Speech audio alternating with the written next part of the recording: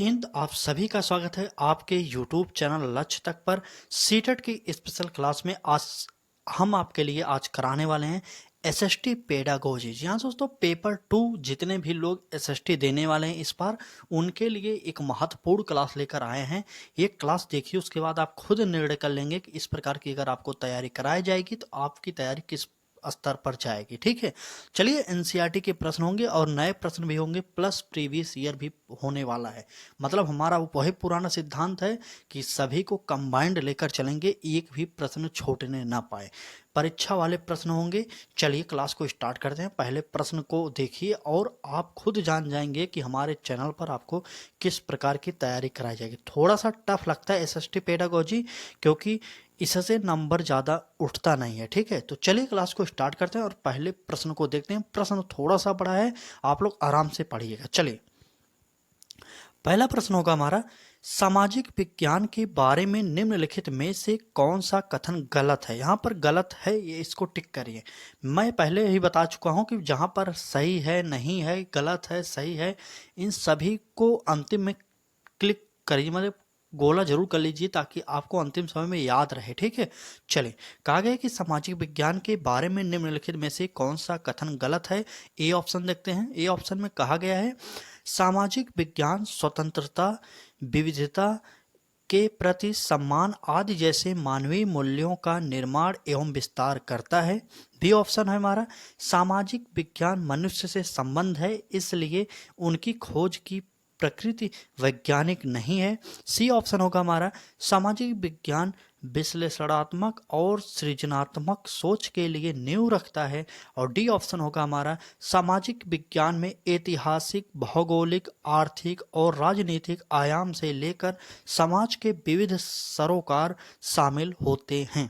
तो चलिए कमेंट करिए, थोड़ा सा दिक्कत होगा प्रश्न पढ़ने में, आपको हो सकता हो, लेकिन आप लोग उत्तर कर दीजिए। चलिए, गलत कथन के बारे में बात किए गए, तो चलिए डी ऑप्शन में कहा गया है कि सामाजिक विज्ञान में ऐतिहासिक, भौगोलिक, आर्थिक और राजनीतिक आयाम से लेकर समाज के विविध सरोकार शामिल है। तो बिल्कुल यह सही हो जाएगा, यह सही है, क्योंकि यहाँ पर आपको सामाजिक विज्ञान के अंतर्गत पता होगा, भौगोलिक मतलब भूगोल के अंतर्गत, आर्थिक मतलब अर्थशास्त्र, राजनीति आयाम मतलब राजनीति विज्ञान, ये सभी आते हैं और समाज के विविध सरोकार भी शामिल होते हैं। तो ये ऑप्शन हमारा सही था, इसलिए हमें इसे काटना पड़ेगा, क्योंकि जो सही है उसे काटना पड़ेगा, क्योंकि यहाँ पर हमें गलत उत्तर देना है। ठीक है, चले, और सी ऑप्शन में कहा गया था कि सामाजिक विज्ञान विश्लेषणात्मक और सृजनात्मक सोच के लिए नींव रखता है। तो बिल्कुल सही है, यह सही हो जाएगा और इसे हमें काट देना है। चले, अब बात करें बी ऑप्शन में कहा गया है कि सामाजिक विज्ञान मनुष्य से संबंध है, इसलिए उनकी खोज की प्रकृति वैज्ञानिक नहीं है।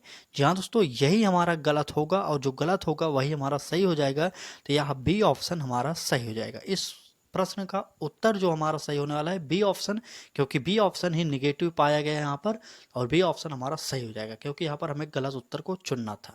ठीक है, चलिए आगे बढ़ते हैं और अगले प्रश्न पर चलते हैं। अगला प्रश्न में देखिए, उससे भी बड़ा ये अगला प्रश्न है। प्रश्न को थोड़ा सा छोटा कर रहे हैं, चलिए दिख रहा होगा, वैसे उम्मीद करते हैं आप सभी को। चलिए प्रश्न को देखिए, प्रश्न है हमारा, माध्यमिक विद्यालयों में सामाजिक विज्ञान पढ़ाने के संदर्भ में कौन सा कथन सर्वाधिक अनुचित है। आपसे कहा जा रहा है माध्यमिक विद्यालयों में सामाजिक विज्ञान पढ़ाने के संदर्भ में कौन सा कथन सर्वाधिक अनुचित है। अनुचित पता है, अनुचित मतलब गलत है। ठीक है, चलिए ए ऑप्शन पे देखिए, सामाजिक विज्ञान पढ़ाना चाहिए क्योंकि यह सामाजिक यथार्थ के बारे में बच्चों को संवेदनशील बनाने में मदद करता है। बी ऑप्शन में, सामाजिक विज्ञान पढ़ाया जाना चाहिए क्योंकि यह सामाजिक मुद्दों पर वाद विवाद करने और अपने विचार अभिव्यक्त करने में विद्यार्थियों की मदद करता है। सी ऑप्शन, सामाजिक विज्ञान पाठचर्या का हिस्सा होना चाहिए ताकि शिक्षार्थी राजाओं के जीवन और उनके बीच हुए युद्ध के बारे में जान सकें। और डी ऑप्शन होगा हमारा, सामाजिक विज्ञान पढ़ना चाहिए क्योंकि यह मानवीय संबंधों की समझ अर्जित करने में मदद करता है। चले उत्तर बताइए, चलिए जल्दी से उत्तर बताइए, कमेंट करिए, आप लोग उत्तर बताते रहिए क्योंकि प्रश्न तो टफ होंगे। अगर आपको ये टफ लग रहा है तो टफ हैं प्रश्न, क्योंकि एसएसटी पेडागोजी में 60 प्रश्न जैसे आता है आपको पेपर में एसएसटी से, तो 60 प्रश्न में ना जो पेडागोजी का सेक्शन होता है ना, वो बहुत ही टफ होता है। आप तैयारी करिए अभी से, प्रैक्टिस सेट अधिक से अधिक लगाइए, ठीक है। चलिए, आप कहेंगे तो आपको SST topic wise practice set हम करा देंगे, लेकिन आप कमेंट करके बताएंगे तभी कराएंगे, ठीक है। चलिए देखते हैं कितने लोग क्लास को लास्ट तक देखते हैं और लाइक शेयर सब्सक्राइब करते हैं, तो हम क्लास आगे रेगुलर करेंगे, ठीक है। चलिए देखिए उत्तर कौन सा होगा। यहाँ पर हमें अनुचित शब्दों को चुनना था। ए ऑप्शन में कहा गया है कि सामाजिक विज्ञान पढ़ाना चाहिए क्योंकि यह सामाजिक यथार्थ के बारे में बच्चों को संवेदनशील बनाता है, तो बिल्कुल यह हमारा ए ऑप्शन सही हो जाएगा। ए ऑप्शन सही था, इसलिए हमें यह काटना पड़ेगा, अनुचित शब्दों को चुनना पड़ेगा, ठीक है। चलिए बी ऑप्शन पर चलते हैं। कहा गया है सामाजिक विज्ञान पढ़ाना चाहिए क्योंकि यह सामाजिक मुद्दों पर वाद विवाद करने और अपने विचार अभिव्यक्त करने में विद्यार्थियों की मदद करता है, तो बिल्कुल सही होगा, यह हमारा सही था, इसलिए हमें इसे काटना पड़ेगा, ठीक है। चलिए अब देखते हैं सी ऑप्शन में क्या कहा गया। सी ऑप्शन में कहा गया कि सामाजिक विज्ञान पाठचर्या का हिस्सा होना चाहिए ताकि शिक्षार्थी राजाओं के जीवन और उनके बीच हुए युद्ध के बारे में जान सके, तो यही हमारा गलत आंसर हो जाएगा। हमारा सी ऑप्शन यही हमारा सही हो जाएगा, क्योंकि यह जब गलत निकला था हमारा यही गलत आंसर को हमें चुनना था, इसलिए सी ऑप्शन इस प्रश्न का सही हो जाएगा, ठीक है। सी ऑप्शन इस प्रश्न का सही निकला। चलिए आगे बढ़ते हैं और अगले प्रश्न पर चलते हैं। निवेदन बस इतना करेंगे, अगर क्लास अच्छी लग रही हो तो लाइक करिए एक बार और पूरी क्लास को जरूर देखिएगा, क्योंकि आप पूरी क्लास नहीं देखेंगे तो आपको समझ नहीं आएगा एसएसटी पेडागोजी के ये प्रश्न ऐसे हैं, ठीक है। चलिए आगे बढ़ते हैं और अगले प्रश्न पर चलते हैं। अगला प्रश्न होगा हमारा देखिए प्रश्न को, राष्ट्रीय पाठचर्या की रूपरेखा जिसे आप एनसीएफ कहते हैं उसी से प्रश्न यह बना हुआ है, ठीक है। राष्ट्रीय पाठचर्या की रूपरेखा 2005 यह सुझाव देती है कि नागरिक शास्त्र की जगह राजनीति विज्ञान शब्दावली का प्रयोग किया जाए, क्यों किया जाए, चलिए देखते हैं। ए ऑप्शन होगा हमारा, नागरिक शास्त्र शब्दावली राज एरा में बनाई गई और जो आज्ञाकारिता तथा ईमानदारी के साथ जुड़ी हुई हैं। बी ऑप्शन, राजनीति विज्ञान शिक्षा के उच्च स्तर पर पढ़ाया जाता है, अतः विद्यालयों को इसके लिए आधार भूमि तैयार करनी चाहिए। सी ऑप्शन, राजनीति विज्ञान एक अध्ययन क्षेत्र के रूप में वैश्विक रूप में स्वीकृत है। और डी ऑप्शन, राजनीति विज्ञान राजनीतिक प्रशिक्षण उपलब्ध कराएगी। चलिए टफ कितने प्रश्न हैं आप देख रहे होंगे। सीटेड पेडागोजी जो एसएसटी कराती है ना, तो बहुत ही टफ कराती है। निवेदन बस इतना करेंगे, जितने भी लोग पेपर 2 वाले हैं और वो एसएसटी लिए हैं उनके पास अभी भी समय है, पढ़ लीजिए, क्योंकि समय जो है ना जब नज़दीक आ जाएगा ना ये सब प्रश्न तैयार नहीं कर पाएंगे आप, तो इसलिए अधिक से अधिक प्रैक्टिस सेट करिए, ठीक है। चलिए इस प्रश्न का उत्तर डायरेक्ट हम आपको बता दे रहे हैं। हमारा इस प्रश्न का जो उत्तर निकलेगा वह हो जाएगा ए ऑप्शन, ठीक है। नागरिक शास्त्र शब्दावली राज एरा में बनाई गई और जो आज्ञाकारिता तथा ईमानदारी के साथ जुड़ी हुई है, तो यह प्रश्न इम्पोर्टेंट है और एनसीईआरटी का प्रश्न है, ठीक है। चलिए आगे बढ़ते हैं, अगले प्रश्न पर चलते हैं। सभी प्रश्न थोड़े से बड़े हैं इसलिए आपको ध्यान से पढ़ना चाहिए। चलिए यह प्रश्न थोड़ा सा छोटा था इसलिए मुझे बड़ा करना पड़ा। चलिए हमारा प्रश्न है, सामाजिक विज्ञान में आकलन का मुख्य उद्देश्य होना चाहिए। आपसे कहा जा रहा है सामाजिक विज्ञान में आकलन का मुख्य उद्देश्य क्या होना चाहिए। ए ऑप्शन पर देखिए, यह विश्वसनीय प्रतिपुष्टि उपलब्ध कराना कि किस सीमा तक शैक्षिक उद्देश्यों की प्राप्ति हुई है। बी ऑप्शन, शिक्षार्थियों द्वारा मानविकी में सफल जीवन वृद्धि को आगे बढ़ाने में संभावनाओं की भविष्यवाणी करना। सी ऑप्शन में कहा गया है, शिक्षार्थियों ने किस सीमा तक विषय वस्तु संबंधी ज्ञान अर्जित किया यह मापना। और डी ऑप्शन होगा, परीक्षा उत्तीर्ण करने वाले विद्यार्थियों में ज्ञान की वांछित शैक्षिक गुणवत्ता बनाए रखना। चलिए उत्तर बताइए आप लोग। तो सामाजिक विज्ञान में आकलन का मुख्य उद्देश्य आपसे पूछा गया, तो ए ऑप्शन में कहा गया था, ए ऑप्शन में कहा गया देखिए, यह विश्वसनीय प्रतिपुष्टि उपलब्ध कराना कि किस सीमा तक शैक्षिक उद्देश्यों की प्राप्ति हुई। तो जी हाँ दोस्तों, बिल्कुल सही है, यही हमारा पहला ऑप्शन सही हो जाएगा, क्योंकि यहाँ पर सामाजिक विज्ञान में आकलन का मुख्य उद्देश्य यही होता है कि विश्वसनीय प्रतिपुष्टि उपलब्ध कराएं कि किस सीमा तक शैक्षिक उपलब्धि प्राप्त की गई, उद्देश्यों की प्राप्ति की गई। ठीक है, चलिए, क्लास अच्छी लग रही हो तो लाइक कर दीजिए, चैनल को सब्सक्राइब नहीं किया तो सब्सक्राइब करिए और बेल आइकन को जरूर ऑन करिए, जिससे आपको नोटिफिकेशन मिलता रहे। रोजाना दोपहर 1 बजे में हमारी क्लास आपको प्रोवाइड कर दी जाती हैं। आप लोग तैयारी करते रहिए। समय जितना भी बचा है आप उसे हल्के में मत लीजिए, समय बहुत जल्दी बीत जाता है। मैं बार बार कह रहा हूँ कि समय आपके पास कम है। ठीक है, अभी आप लोग सोच रहे होंगे 1 महीने 1.5 महीने का समय है ना, ये समय ऐसे बीतेगा ना, आप देखते रह जाएंगे। इसलिए अभी समय है आपके लिए, पढ़िए और इस बार सीटेट का काम तमाम कर दीजिए आप लोग। ठीक है, 100+ स्कोर से कम 100 इसको मारना है। चलिए आगे बढ़ते हैं, अगले प्रश्न पर चलते हैं। अगला प्रश्न देखिए क्या है।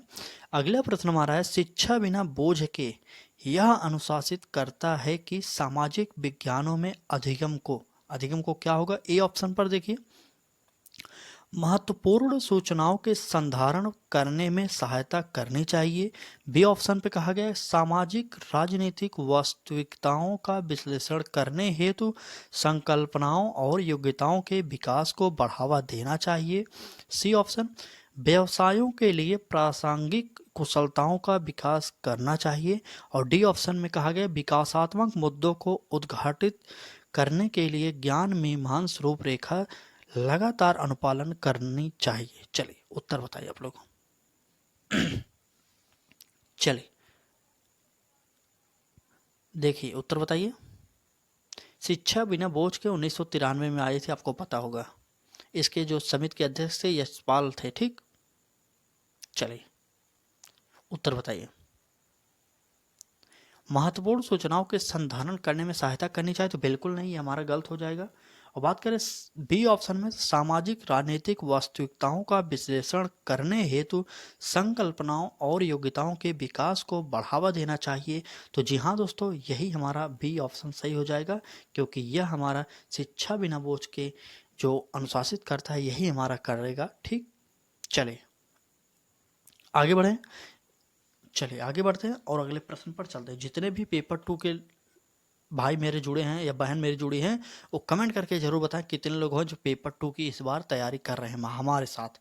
चलिए, तो उसी प्रकार से हम क्लासेज आपको प्रोवाइड करेंगे। जो हमारी क्लासेज रोजाना हिंदी पेडागोजी की होती हैं वह पेपर 1 और पेपर 2 के लिए हैं। सीडीपी की क्लासेज पेपर 1 और पेपर 2 दोनों के लिए होती हैं। ठीक है, कंबाइंड सिलेबस है। मेन सिलेबस थोड़ा सा प्रश्नों का स्तर ऊपर नीचे करते हैं, लेकिन अगर आप प्रीवियस ईयर हल करके देखेंगे ना, तो बहुत ज़्यादा अंतर नहीं होता। कुछ प्रश्न अंतर करके पूछा जाते, बाकी सेम सिलेबस है आपका, प्राइमरी का और मिडिल वालों का भी। ठीक है, चलिए समझते चलिए आप लोग। आगे बढ़ते हैं, और जो मैं मैथ पेडागोजी के प्रश्न कराता हूँ वो पेपर 2 के लिए जो होता है साइंस और मैथ में, वो उनके लिए इम्पोर्टेंट वो भी क्लास होती है। मतलब सभी सेम हैं, थोड़ा सा प्रश्नों का पैटर्न बदल देते हैं ये लोग। ठीक, चलिए आगे बढ़ते हैं और अगले प्रश्न पर चलते हैं। प्रश्न को थोड़ा सा और छोटा करेंगे, अब देखते हैं प्रश्न को। ठीक, चलिए हमारा प्रश्न होगा, राष्ट्रीय स्तर पर सामाजिक विज्ञान की पुस्तक की निम्नलिखित में से कौन सी सर्वाधिक महत्वपूर्ण विशेषता है। कहा गया कि राष्ट्रीय स्तर पर सामाजिक विज्ञान की पुस्तक की निम्नलिखित में से कौन सी सर्वाधिक महत्वपूर्ण विशेषता है। ए ऑप्शन देखिए, इसमें अधिक लंबी पाठ सामग्री शामिल नहीं होनी चाहिए, क्योंकि लंबी पाठ सामग्री को याद करने में बच्चों को कठिनाई होती है। बी ऑप्शन में, उसे स्पष्ट और व्यवस्थित रूप में सूचना उपलब्ध करानी चाहिए ताकि याद करने में मदद मिल सके। और सी ऑप्शन, इसे ऐसा होना चाहिए ताकि सभी सामाजिक समूह इसके साथ संबंधित हो सके। और डी ऑप्शन होगा, इसे विशेषतः इतिहास लिखने में किसी विचारधारा विशेषज्ञ का अनुगमन नहीं करना चाहिए। चलिए उत्तर बताइए आप लोग, जल्दी से कमेंट करिए और उत्तर बताइए। चलिए ए ऑप्शन में कहा गया कि सर्वाधिक महत्वपूर्ण बात बताना है। वैसे तो सभी बातें सही हैं, लेकिन जो सबसे बेस्ट होगा वही हमें उत्तर देना होगा, ठीक है। चलिए ए ऑप्शन पे देखिए, ए ऑप्शन में कहा गया था इसमें सबसे अधिक लंबी पाठ सामग्री शामिल नहीं होनी चाहिए। देखिए यहाँ पर नहीं होनी चाहिए, इसलिए हमारा यह गलत हो जाएगा। अब बात करिए बी ऑप्शन में, इसे स्पष्ट और व्यवस्थित रूप में सूचना उपलब्ध करानी चाहिए ताकि याद करने में, देखिए याद करने में मदद करे, यह गलत हो जाएगा। याद करना, रटना, ये सभी निगेटिव शब्द होते हैं सीटेट के द्वारा। अब बात करते हैं सी ऑप्शन में, कहा गया इसे ऐसा होना चाहिए ताकि सभी सामाजिक समूह इसके साथ संबंधित हो सकें। जी हाँ दोस्तों, यही सही निकल जाएगा हमारा। तो इस प्रकार से इस प्रश्न का जो उत्तर होगा वह सी ऑप्शन सही हो जाएगा। चलिए सी ऑप्शन सही हो जाएगा। हमारा एक ही सिद्धांत है, आपको कम समय में अधिक प्रश्न प्रोवाइड किए जाएं ताकि जो भी आपका समय अब बचा है वह आपके लिए लाभकारी हो। अगर आप हमारे साथ जुड़ रहे हैं, इसी प्रकार की तैयारी रेगुलर कराई जा रही है। आपको रोजाना दोपहर 1 बजे में क्लासेज मिल रही हैं। अगर आपको और क्लासेस चाहिए आप कमेंट करिए, आपके लिए सुबह दोपहर शाम 3 क्लासेस प्रोवाइड कर सकते हैं। बस आपको पढ़ना पड़ेगा, यही समझ लीजिए, ठीक है। चलिए आगे बढ़ें। प्रश्न समझ में आ रहे होंगे, हम उम्मीद करते हैं प्रश्न इसी प्रकार से आपके पेपर में आएंगे, क्योंकि इसमें कुछ प्रश्न हैं जो प्रीवियस ईयर में पूछे गए हैं। मैं आपको इसलिए दिखा रहा हूँ ये प्रश्न ना, ताकि आप समझ जाइए जो मैं करा रहा हूँ वह प्रीवियस ईयर के अकॉर्डिंग करा रहा हूँ, ठीक है। चलिए एसएसटी पेडागोजी टफ होता है, उसमें बहुत ज़्यादा ट्रिक काम नहीं करेगी।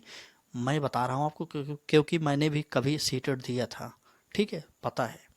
चलिए आपको अगर एसएसटी पेडागोजी टफ लग रहा होगा तो मैं एक ट्रिक बताऊंगा कि आप कैसे पास कर सकते हैं। 2-4 दिन के अंदर हम ट्रिक वीडियो बना देंगे किस प्रकार से आप एसएसटी के बिना भी सीटेट पास कर सकते हैं पेपर 2 वाले, ठीक है। मैंने खुद किया था तो आप भी कर सकते हैं, ठीक है। चलिए आगे बढ़ते हैं, अगले प्रश्न पर चलते हैं। अगला प्रश्न हमारा क्या है देख लीजिए। प्रश्न है हमारा, निम्न में से कौन सा प्रारंभिक स्तर पर सामाजिक विज्ञान के संदर्भ में सही है। देखिए यहाँ पर सही कथन पूछा गया है प्राथमिक स्तर पर। चलिए ए ऑप्शन देखते हैं। चलिए इतिहास, भूगोल, राजनीति विज्ञान और अर्थशास्त्र। बी ऑप्शन होगा हमारा इतिहास, भूगोल, राजनीति विज्ञान और समाज शास्त्र। चलिए सी ऑप्शन को देखते हैं। सी ऑप्शन में कहा गया इतिहास, भूगोल, नागरिक शास्त्र और समाज शास्त्र। डी ऑप्शन में इतिहास, भूगोल, अर्थशास्त्र और समाज शास्त्र। आपको सिर्फ इसमें यही बताना है कि सामाजिक विज्ञान के अंतर्गत कितने विषय को शामिल किया जाता है और वो विषय कौन कौन से हैं। आपको पता होना चाहिए कि सामाजिक विज्ञान के अंतर्गत कितने विषय शामिल करते हैं, बताइए कमेंट करके। तो चलिए सामाजिक विज्ञान के अंतर्गत 4 विषय को शामिल किया जाता है। इतिहास हो जाएगा, भूगोल हो जाएगा, अर्थशास्त्र हो जाएगा, राजनीति विज्ञान हो जाएगा, जिसे आप पॉलिटी कहते हैं, ठीक है। चलिए देखिए चारों चीज़ कहाँ पर मिल रहा है। चलिए तो चारों चीज़ हमें ए ऑप्शन में मिल जाएगा, क्योंकि यहाँ पर लिखा गया इतिहास, भूगोल, राजनीति विज्ञान और अर्थशास्त्र। ये सभी को हम एसएसटी में शामिल करते हैं, मतलब सामाजिक विज्ञान के अंतर्गत ये सभी विषय आते हैं, ठीक है। चलिए आगे बढ़ते हैं। आगे बढ़ें, एक बार कमेंट कर दीजिए क्लास कैसी लग रही है आप लोगों को। कमेंट कर दीजिए जल्दी से क्लास कैसी लग रही है आप लोगों को। चलिए उम्मीद करते हैं क्लास अच्छी लग रही होगी। अगर क्लास अच्छी लग रही है तो लाइक कर दीजिए वीडियो को, क्योंकि आपके एक लाइक से यूट्यूब 10 लोगों तक क्लास भेजता है कम से कम। तो 10 लोगों को लाभ मिल जाएगा, क्योंकि सीटेट पास होने से आपकी नौकरी पक्की नहीं है, आप समझ लीजिए। मैं बार बार बता दे रहा हूँ। तो कंपटीशन इसमें मत करिए कि शेयर नहीं करेंगे कई लोग पास हो जाएंगे। जी नहीं दोस्तों, पास होने से कोई मतलब नहीं है। वैसे तो जब आप पेपर मेन वाला एग्जाम देंगे, जैसे यूपी में है सुपर टेट होगा और बिहार में है वहाँ पर भी बीपीएससी कराती है पेपर, और रीट तो राजस्थान के द्वारा फिर से राजस्थान सुपर टेट लागू हो गया, आपको पता होगा। तो मतलब सभी जगह टीचर भर्ती की अलग अलग से परीक्षा होती है, ये सिर्फ पात्रता परीक्षा है, ठीक है। तो शेयर करिए अपने मित्रों तक, क्योंकि कंपटीशन नहीं है इसमें। यह मत समझिए कि कंपटीशन बहुत है इसमें नौकरी मिलेगी, नौकरी नहीं मिलती इसमें, यह भी आप जान जाइए। आप एक पात्रता परीक्षा को पास करने वाले हैं, ठीक है। चलिए ए ऑप्शन प्रश्न को देखिए। प्रश्न होगा सामाजिक विज्ञान में सर्पिल। देखिए एक शब्द है सर्पिल, कितने लोग इसके बारे में जानते हैं बताइए। सर्पिल पाठचर्या का निम्नलिखित में से कौन सा लाभ है। ए ऑप्शन देखिए गहन समझ के साथ और एक लंबी समय अवधि के लिए संकल्पनाओं का संधारण। और बी ऑप्शन सभी विषयों में संकल्पनाओं का अनुप्रयोग करना। और सी ऑप्शन अंतर वस्तु आधारित सीखने को विकसित करने वाले अवसरों को बढ़ाना। और डी ऑप्शन संकल्पनाओं को अधिक उद्देश्यपूर्ण और प्रासंगिक बनाना। चलिए बताइए, उत्तर बताइए। चलिए बताइए जल्दी से। सामाजिक विज्ञान में सर्पिल पाठचर्या का निम्नलिखित में से कौन सा लाभ है? तो लाभ की बात करें, ए ऑप्शन में कहा है गहन समझ के साथ और एक लंबी समय अवधि के लिए संकल्पनाओं का संधारण। तो बिल्कुल यही हमारा सही हो जाएगा, पहला ही ऑप्शन। सर्पिल का मेन लक्ष्य यही होता है, ठीक है, लाभ यही है सर्पिल का। चलिए इस प्रश्न का ए ऑप्शन सही हो जाएगा। आगे बढ़ें। चलिए आगे बढ़ते हैं, अगले प्रश्न पर चलते हैं। आप लोगों को समझ में तो आ रहा है, कमेंट करिए, बताइए आप लोग, ठीक है। चलिए आगे चलते हैं, अगले प्रश्न पर। देखिए प्रश्न होगा हमारा, यहाँ पर खाली स्थान है, इसमें एक चीज भरना पड़ेगा। देखते हैं, के अलावा निम्नलिखित कारक सामाजिक विज्ञान शिक्षण के आधार पर निर्माण करते हैं। ए ऑप्शन विश्लेषणात्मक कौशलों को बढ़ावा देने। बी ऑप्शन वैश्विक दुनिया में समायोजन के लिए सामाजिक कौशलों को बढ़ावा देने। सी ऑप्शन पाठ्य सामग्री पर सूचनाओं को हस्तांतरित करने। और डी ऑप्शन होगा हमारा समाज की आलोचनात्मक समझ विकसित करने। तो कमेंट करिए और उत्तर बताइए। चलिए कौन सा शब्द यहाँ पर भरा जाएगा, आप लोग उत्तर बताइए। विश्लेषणात्मक कौशल को बढ़ावा देने, क्या यह सामाजिक विज्ञान शिक्षण के आधार पर निर्माण करेंगे? चलिए तो यह नहीं होगा, ठीक, गलत हो जाएगा। बी ऑप्शन में वैश्विक दुनिया में समायोजन के लिए सामाजिक कौशलों को बढ़ावा देना, तो यह भी हमारा नहीं होगा। बात करें सी ऑप्शन में पाठ्य सामग्री पर सूचनाओं को हस्तांतरित करने, बिल्कुल सही, यही हमारा सी ऑप्शन सही होगा। पाठ्य सामग्री सूचनाओं को हस्तांतरित करने के अलावा निम्नलिखित कारक सामाजिक विज्ञान शिक्षण के आधार पर निर्माण करेंगे। तो इस प्रकार से सी ऑप्शन सही हो जाएगा। चलिए इस प्रश्न का सी ऑप्शन सही हो जाएगा। चलिए आगे बढ़ते हैं और अगले प्रश्न पर चलते हैं। अगला प्रश्न देखिए, हमारा अगला प्रश्न होगा, निम्नलिखित में से कौन सी अन्योन अधिगम की विशेषता है? आपसे कहा जाता रहा है कि अन्योन अधिगम की विशेषता कौन सी है? ए ऑप्शन शिक्षक सक्रिय रूप से शिक्षण अधिगम प्रक्रिया को आगे बढ़ाते हुए परस्पर आदान प्रदान करते हैं। बी ऑप्शन शिक्षक विद्यालय में कार्य करते हुए अपना दायित्व पूरा करता है। सी ऑप्शन सीखने का उत्तरदायित्व विद्यार्थियों और शिक्षक दोनों के द्वारा साझा किया जाता है। और डी ऑप्शन भूलने के कर्म को संबोधित करते हुए सीखना अग्रसारित होता है। ठीक है, चलिए उत्तर बताइए। चलिए अन्योन अधिगम की विशेषता के बारे में कहा गया है, तो ए ऑप्शन को देखिए, शिक्षक सक्रिय रूप से शिक्षण अधिगम प्रक्रिया को आगे बढ़ाते हुए परस्पर आदान प्रदान करते हैं, तो यह हमारा ऑप्शन नहीं होने वाला है। बी ऑप्शन पर चलते हैं, शिक्षक विद्यालय में कार्य करते हुए अपना दायित्व पूरा करते हैं, तो यह भी अन्योन क्रियक है, अन्योन अधिगम का प्रश्न का उत्तर नहीं होगा। अब बात करते हैं सीखने का उत्तरदायित्व विद्यार्थियों और शिक्षक दोनों के द्वारा साझा किया जाता है, तो बिल्कुल यही इस प्रश्न का सही उत्तर हो जाएगा। इस प्रश्न का उत्तर सी सही हो जाएगा। ठीक है, चलिए सी ऑप्शन इस प्रश्न का सही होने वाला है। आगे बढ़ते हैं, अगला प्रश्न देखिए। क्लास अच्छी लग रही हो तो लाइक कर दीजिए एक बार यार, अपने मित्रों तक शेयर भी कर दीजिए, क्योंकि बड़ी मेहनत होती है इन सभी क्वेश्चनों को खोजना और उसके पीपीटी तैयार करना, उसके बाद आपके सामने क्लासेस प्रोवाइड करना। आधे घंटे 1 घंटे अगर आप लगातार बोलते रहेंगे ना, एक दिन अपने कमरे में बैठिए, जितना मैं बोल रहा हूँ आधे घंटे में आप लगातार बोलेंगे ना, तो हालत गड़बड़ हो जाएगी आपकी। इसलिए मैं बार बार कहता हूँ लाइक शेयर सब्सक्राइब कर दीजिए, क्योंकि आपका इसमें कुछ नहीं जाता, लेकिन हमारा थोड़ा सा मोटिवेशन बढ़ जाता है। ठीक है, चलिए, ताकि हम सोच भी सकते हैं कि आपके लिए और अच्छा किया जाए। आगे बढ़ते हैं, अगले प्रश्न पर चलते हैं। अगला प्रश्न होगा, सामाजिक विज्ञान में परिणाम आधारित शिक्षार्थी अधिगम मॉडल निम्नलिखित में से किस पर प्राथमिक तौर पर केंद्रित होगा? प्रश्न आराम से पढ़िए, समझ लीजिए। एक बार फिर प्रश्न पढ़ दे रहा हूँ, कहा गया कि सामाजिक विज्ञान में परिणाम आधारित शिक्षार्थी अधिगम मॉडल निम्नलिखित में से किस पर प्राथमिक तौर पर केंद्रित होगा? ए ऑप्शन समूह गतिविधियां, भ्रमण एवं संकलित परीक्षाएं, और बी ऑप्शन कक्षा में पाठ्यक्रम का पूर्ण अध्ययन करवाना, सूचना आधारित शिक्षण एवं संकलित आकलन, और सी ऑप्शन होगा अधिगम उद्देश्य अधिगम गतिविधियां रचनात्मक व संकलित आकलन, और डी ऑप्शन शिक्षण उद्देश्य नई शिक्षण पद्धतियां बोर्ड परीक्षा। चलिए उत्तर बताइए। इस प्रश्न का डायरेक्ट हम उत्तर बताने वाले हैं आपको। चलिए उत्तर बताइए आप लोग, जल्दी से उत्तर बताइए, जल्दी से। चलिए बताइए, देखते हैं कितने लोग सही उत्तर देते हैं। आप लोग एसएसटी कह रहे थे ना, थोड़ा सा तुक्का भी मारिए तो कम से कम। चलिए इस प्रश्न का जो उत्तर होगा सही हो जाएगा अधिगम उद्देश्य अधिगम गतिविधियां रचनात्मक व संकलित आकलन। यही हमारा सी ऑप्शन सही हो जाएगा। ठीक है, चलिए सी ऑप्शन सही हो जाएगा।